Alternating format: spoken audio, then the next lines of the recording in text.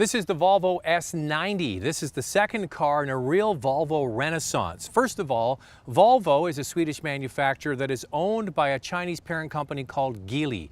Geely has invested a lot of money into Volvo to resurrect this brand. In North America, Volvo sales are not that strong, but in Europe, Volvo still is a force to be reckoned with. Last year, you might remember, they brought out the XC90 SUV. It won the North American Truck or SUV of the Year. It won all kinds of design awards for the outside and the inside, and this is the second vehicle to be built on that platform. Now, large car sales are dropping in North America, being replaced by SUVs. So the product that's really going to help Volvo after that XC90 will be the XC60, the smaller compact crossover vehicle. But anyway, for people who are in the market for a luxurious mid to large size sedan, this car is stunning to look at. You notice right away it's got a long, powerful hood, gives a sense of presence and power. You have a grille in the front that is reminiscent. The designers tried to make it concave and made it look like the P1800 grille from that iconic sports car from years ago. Even around the back, the way they have Volvo on the deck lid looks like those older cars, and the way that it's tilted up to give a nice reflection really is stylish. So this car is really all about Scandinavian luxury. So it's very handsome on the outside. I do like the aggressive looking headlamps, very clean sheet design. It's not overstyled in any way. It's the opposite. It's very understated and subdued and looks very classy. Has a long, low, and wide stance that makes it look aggressive and sporty. It's the inside, though, that really gets people excited. Now, the inside of this S90 picks up exactly where the XC90 left off. It has a minimalist, pure Scandinavian luxury approach with the finest materials that you're going to see really in any car. It's all centered around the screen. You basically do all of the interactions with the screen. So all of the connections you have with the car, either done on the steering wheel or this sort of iPad on its side look.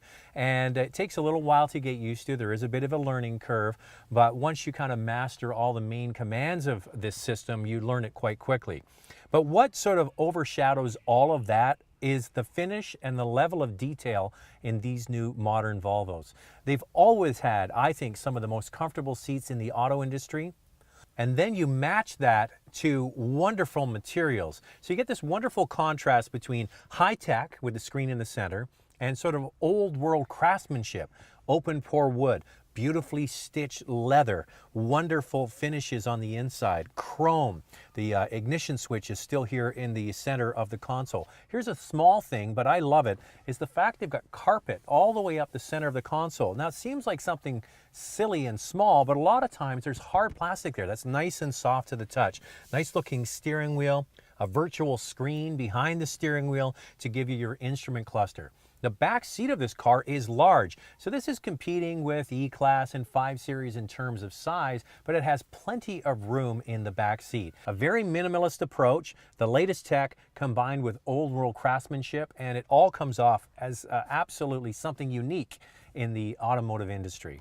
So this has the same engine that's in the XC90. Now think of that. That's a 3-row, 7-passenger crossover vehicle with a turbo and supercharged 4-cylinder engine. It's the same engine that's in this sedan. Has a slipperier shape, lower to the ground, 316 horsepower, and very usable bottom end grunt, because you've got the supercharger for getting off the line and the turbocharger for higher RPM, and it really all works together. It even has kind of a rewarding sound, which you wouldn't expect from a 4-cylinder power plant.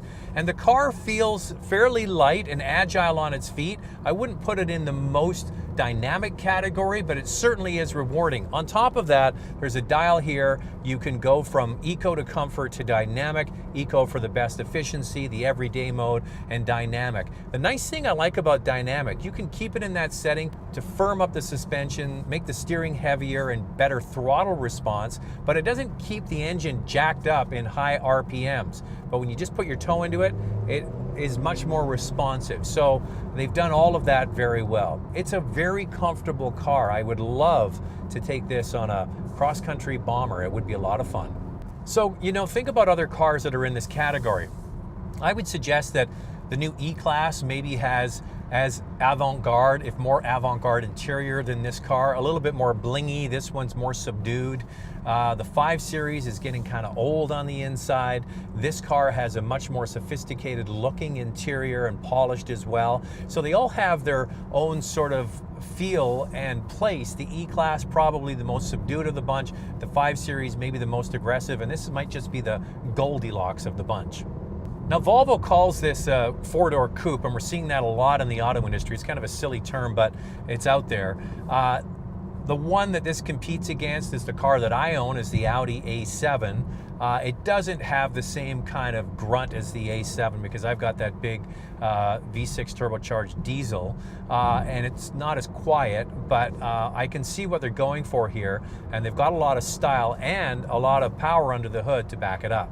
Along with advanced safety systems that Volvo is known for, the S90 features Pilot Assist. This is a semi-autonomous system that aids the driver in driving at many different speeds. At low speeds, for example, the driver can take their foot off the brake and the accelerator. And the Volvo S90 will maintain a safe distance from the car in front. If the car in front speeds up, the S90 will speed up. If it slows down, it'll slow down as well. Steering is also semi-autonomous, but the driver needs to keep their hands on the wheel. At higher speeds, the Pilot Assist will keep the vehicle in its lane, maintain speed, and also assist with steering. So this S90 starts around $57,000. This inscription version starts at $63,000, plus there's optional packages you could put on top of that. It's going to be interesting to see the T8, the plug-in hybrid. That's going to come. But I think a lot of people are going to be excited by the V90 that's coming in the beginning of 2017 to North America. The estate wagon built on this platform that really looks spectacular. Kind of a cross between a sedan and an SUV and a beautiful looking estate. I think that will be something to see. This car is beautiful on the outside and the inside. The sedan market, as I mentioned, really is dropping in sales. People are going to SUVs, so it'll be interesting to see how it sells. Thanks for watching, and it really does help if you can subscribe. If you'd like to watch a review of the Volvo XC90 SUV, click the picture on the left.